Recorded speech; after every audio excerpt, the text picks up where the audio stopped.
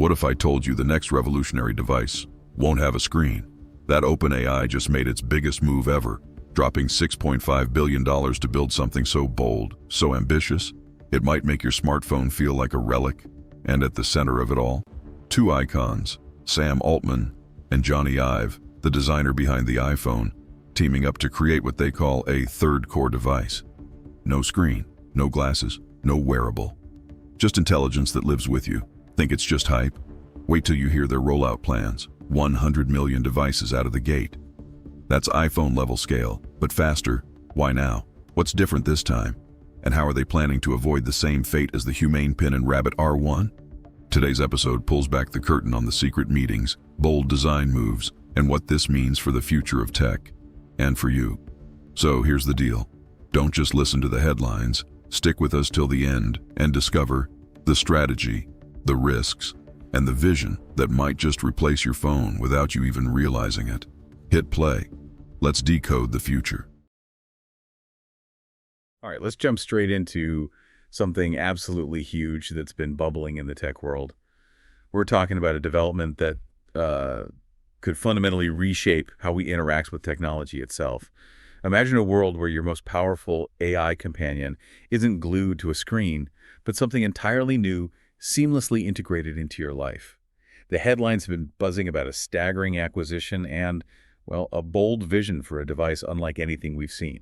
Exactly. And our goal today is to go beyond those headlines, really, and truly understand the incredible ambition behind this project. We'll look at why it's so different from, past attempts in the market and ultimately project what the future of AI devices might actually look like.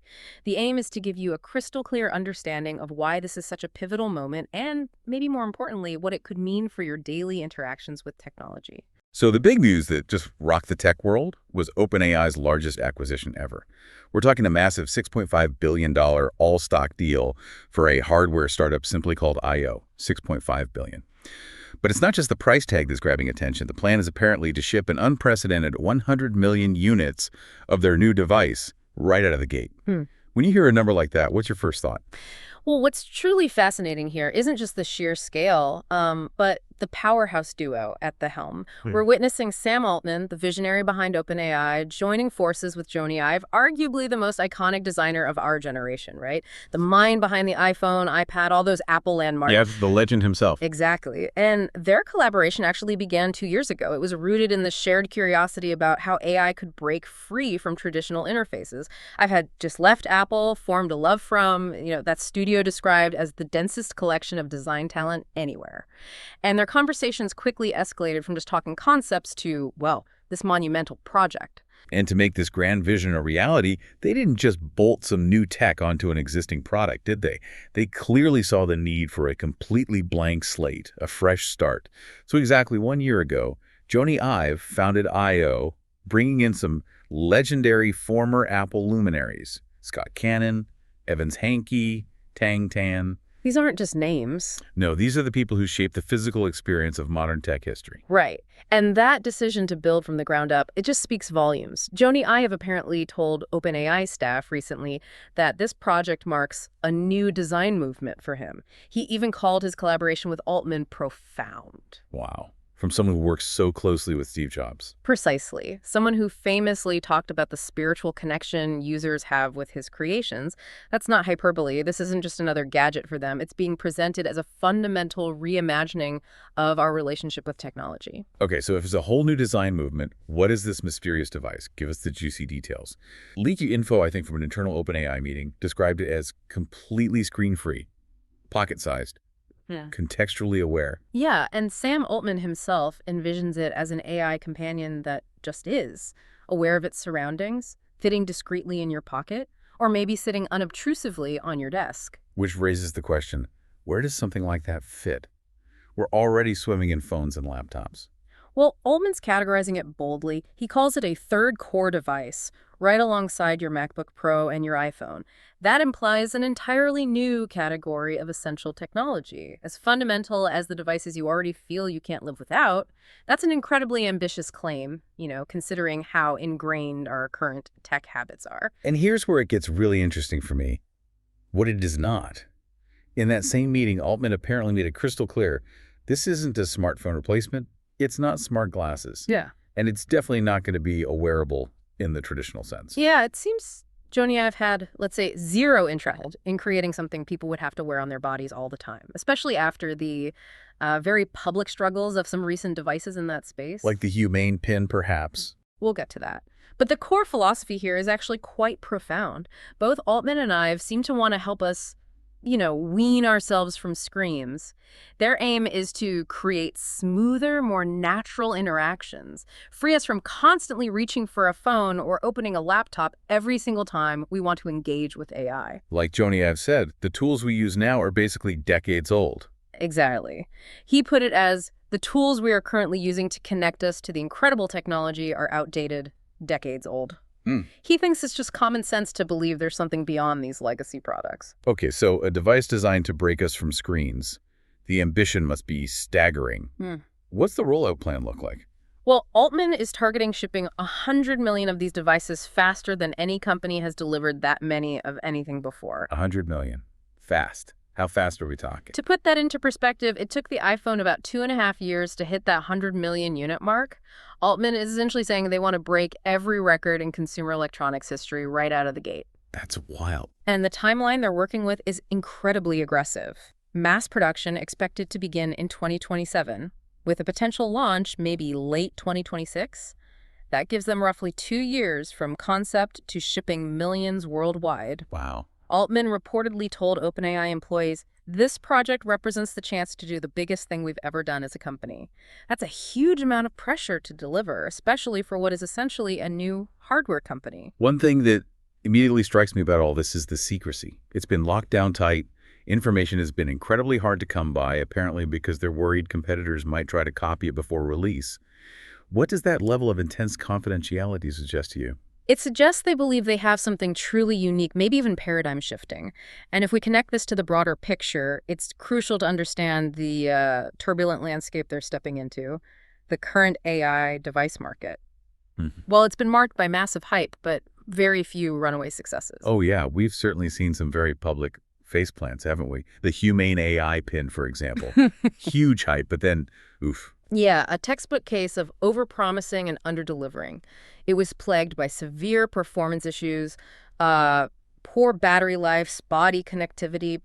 It ended up being more of a hassle than a helper. Its rapid downfall really highlighted that cool tech isn't enough. It has to actually work seamlessly and reliably. And then there was the Rabbit R1, that cute orange thing. Right. It initially sold out incredibly fast, which proved the hunger for a pocket AI companion is absolutely real. People want this. However, the reviews quickly showed that while the concept was appealing, the execution was, let's say, half-baked. Many critics basically said its core functions could just be an app on your phone. It showed novelty wears off fast if there isn't genuine utility. And, okay, maybe not a direct competitor in the same way, but we can't ignore the Apple Vision Pro. Technologically mind-blowing, insane display quality, clearly had that Apple design DNA, even post-Ive. And a big but, that $3,500 price tag. Exactly. It made it a platform for developers and, super rich tech enthusiasts, not a mass market device. It showed that even the best tech, backed by the biggest company, needs the right price and a clear, accessible use case to really take off. Wired even called it one of 2024's biggest hardware flops in terms of sales. Despite the long-term potential, maybe. Right. Platform potential is there, but initial sales were rough. But it's not all grim news out there. There have been quieter wins that maybe point toward a viable path forward. Take the Meta Ray-Ban smart glasses. Yes. Those seem to be doing okay. They seamlessly integrate Meta AI, they're multimodal, so they understand speech and what they see, and crucially, they look like normal, fashionable sunglasses. Right. They're a much cheaper, less intrusive way to get AI into people's lives. And Google showed off updates to its Android XR platform, too, including competing glasses. And then there's this whole other world almost happening under the radar, these AI PCs, or Copilot Plus PCs. I saw a stat suggesting nearly half of all PCs shipped next year will actually have special chips inside them, NPUs. That's right, neural processing units. They're designed specifically to run AI tasks directly on your laptop without constantly needing the cloud. This is a massive shift. It makes AI tools faster, more private. It transforms AI from a cool extra into just a standard feature you expect. Okay, so looking at all these examples, the flops, the pricey tech, the quieter wins, the PCs, what's the pattern. What's the lesson here? Well, a clear pattern seems to be emerging. Success tends to flow to devices that feel more normal. Glasses that look like glasses, laptops that are just better laptops. The big failures happen when the hardware overpromises with some radical new form factor, but then underdelivers on usefulness, or it's just too clunky or expensive. Right. So OpenAI and Jony Ive's mission then has to be hitting that elusive sweet spot. Whatever they make needs to be genuinely useful, maybe even delightful, from day one, solving real problems without hassle, not just another tech demo. Exactly. And the true insight here isn't just about utility. It's utility that fundamentally changes how we engage with technology, moving from active, screen-focused interaction to something seamless, almost invisible assistance that frees up your attention for the actual world. That's the big bet. Okay, pulling back for a moment, let's gaze into the crystal ball. What could the AI device landscape look like in, say, the next 5 years? I personally think this AI-first, screen-optional idea is going to become a dominant trend. I agree. We're already seeing it with those AI PCs. That Gartner stat you mentioned, nearly half of PCs next year having NPUs. It's incredibly fast adoption. People will just expect co-pilot level AI magic to be instantly available, maybe even offline. So AI everywhere. Pretty much. Building on that, many are talking about the rise of ambient AI. Imagine tiny AI helpers scattered around you in your home, your car, your pocket, maybe even woven into your clothes or jewelry. These wouldn't be full computers, but dedicated little nodes, each running a specialized, trimmed-down AI model locally. Like little worker bees. Kind of. They'd all work together, connecting to a more powerful AI in the cloud only when needed, just making your life easier in the background. It's less about you actively using a device and more about intelligence simply being around you, constantly assisting. And this OpenAI device sounds like a big step in that direction. So to make that vision work, you need a smart technical approach, which brings us to this edge plus cloud hybrid model people talk about. Right. Your local device, the pendant, the glasses, whatever it is, needs to do a lot of thinking on its own. That's the edge part. And the chips are getting incredibly powerful. Qualcomm's new Snapdragon X Lite, over 40 TOPS, trillions of operations per second. Intel's Luna Lake NPU claims 48 TOPS. That sounds like a lot. It's tons of horsepower for instant everyday responses, answering a quick question, identifying something. But for more complex questions, the device would seamlessly connect to a giant model like, say, GPT-5 in the cloud. This hybrid approach gives you that instant speed for common tasks, but also access to superintelligence whenever you need it. But that brings up a huge point. Privacy. And regulation. Absolutely critical, and it will only grow in importance. People are rightly concerned about their data, especially with potentially always-on AI involved. The EU has already passed its AI Act. The US is looking at rules. This means strong on-device processing. That edge computing isn't just a fancy feature. It's becoming a legal and competitive advantage. So devices sending everything to the cloud might be in trouble. They'll face far more scrutiny, definitely. Expect new devices, especially from major players like OpenAI Ive, to really emphasize on-device AI for privacy and trust. It has to be a cornerstone. And then the design wars. If AI gets embedded into more things, are we talking smart jewelry, smart clothes? I think we'll see a real convergence of what we think of as jewelry, clothing, and gadgets. It's already starting. If OpenAI's devices say a subtle pendant or a small pin, you can bet other companies will follow suit. Apple could counter with smarter AirPods. Maybe that rumored Apple ring finally appears. Right, make it stylish. Exactly. The goal is to make these AI interaction points so seamless and so stylish that you barely notice you're wearing advanced tech. It's less about a tech look and more about personal style that just happens to be intelligent. And Jony Ive? Well, he's a master of that blend. Okay, last piece of the future puzzle. How do they make money? Is it all subscriptions? Get ready for subscriptions. They're already king in software, and they're going to be huge for AI hardware, too. Remember the Humane AI pin? $24 a month on top of the $700 device.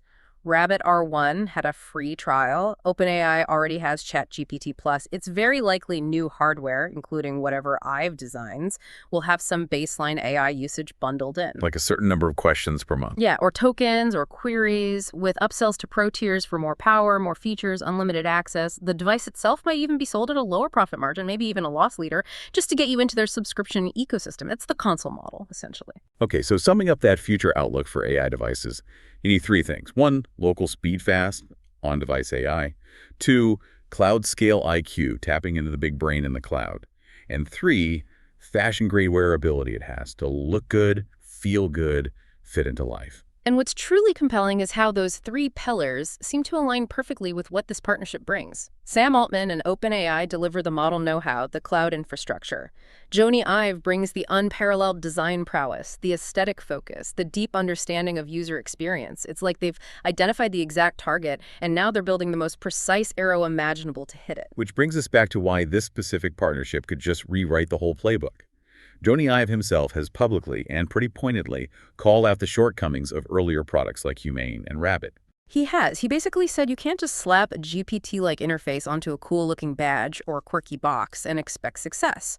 It requires world-class user experience, intuitive, reliable, genuinely useful, rock-solid infrastructure. The fact that Ive is saying this publicly is significant. It means their own bar is set incredibly high, but it also shows they know exactly what doesn't work. And OpenAI brings things others just don't have. Absolutely. First, there's model supremacy. Their models, like GPT-4o and whatever's next, are widely seen as best in class. But it's more than just the current lead. Think about the scale over 1 billion queries weekly. That creates the self-reinforcing intelligence feedback loop. They're not just better now, they're likely improving at a pace competitors struggle to match. That's a huge data moat. Like a snowball effect for intelligence. Exactly. And then there's their API ecosystem. OpenAI already has this thriving community of developers building AI into their own apps. This means when the new device launches, there's potentially an army of developers ready to create new skills, integrations, apps for it almost immediately. That's a massive advantage over competitors who launch with very limited third-party support. And it makes you dream about the potential killer features, doesn't it? Like, imagine a multimodal grocery assistant. You just glance at your fridge, it sees what's inside, generates a meal plan, gives you a shopping list, boom. Or real-time personal memory. You're talking to someone, can't recall their name or that key detail. The device discreetly reminds you, no awkward phone fumbling. That would be amazing. Or seamless foreign language translation on the fly. Just talking normally. These aren't just sci-fi ideas. They're real-world annoyances that this kind of AI assistant could genuinely solve. Can't all be smooth sailing. Oh. What are the big risks? The potential hurdles? Oh, definitely risks. Battery life and heat are still the Achilles heel for small, powerful devices. Can they pack that much processing power in and keep it running all day without it becoming, a literal pocket warmer? Marcus Brownlee's review of the Humane pin called it constantly warm, said it overheated for seemingly no reason. That's a killer. And pricing. We saw what happened with Vision Pro. Exactly. If this OpenAI device costs too much, it risks falling into that cool, but why do I really need it category for most people. It needs to be accessible, not necessarily cheap, but accessible value. And then there are the privacy alarms, a device potentially always listening. Even if designed to be helpful, that's going to raise huge red flags. They have to nail the transparency on that. Absolutely. They need to be incredibly transparent and give users ironclad control over their data, what the device senses, everything. If they mess up the privacy angle, they could torpedo the whole project before it even gets going. Still, the market timing. It feels almost perfect, doesn't it? Thanks to ChatGPT, people are finally comfortable talking to AI. It's not weird anymore. And at the same time, so many people have phone fatigue. We're glued to these screens. People want a less intrusive way. It does feel like a confluence of factors. Consumer readiness meeting a desire for something different. And if you look at Jony Ive's career, he architected the iPhone, which reshaped everything. Could this OpenAI device truly be his next big creation? The one that demotes the smartphone from the absolute center of our digital lives? Makes more legacy. It's a bold thought, but the potential is certainly there for that kind of shift. And just think about the ripple effect. If OpenAI and Ive actually pull this off, if this device lands successfully, every other major tech company is going to freak out. Apple, Google, Meta, they'd all have to react, and fast. Apple would probably accelerate Series overhaul, rush out competing hardware. Google's Project Astro plans would go into overdrive. Meta would double down on glasses. It could set off an entirely new AI hardware race. So after looking at all these pieces, the secret meetings, the design philosophy, the market stumbles, the quiet wins, the real headline here seems pretty clear. This partnership between OpenAI and Jony Ive, learning from those past stumbles and leveraging their unique strengths, it could genuinely deliver the first AI gadget that actually sticks. One that doesn't feel like a gimmick or just a tech demo, but something truly essential. Something that seamlessly blends into our lives and, hopefully, makes them genuinely better. So the final thought to leave you with Given this pace of AI advancement and this radical vision for screen-free interaction, will the next truly revolutionary device be something you don't even look at, but that simply helps you navigate the world more easily? Like, new problem, what daily friction would you want a third core device to solve seamlessly in your life? Something to think about. If you made it this far, you're not just curious, you care. This is just the beginning. AI is moving fast, and if you want to stay ahead of the curve, we've got regular insights, expert breakdowns, and honest conversations, all in under 30 minutes. So go ahead, hit subscribe. The future of work won't wait, and neither should you. If you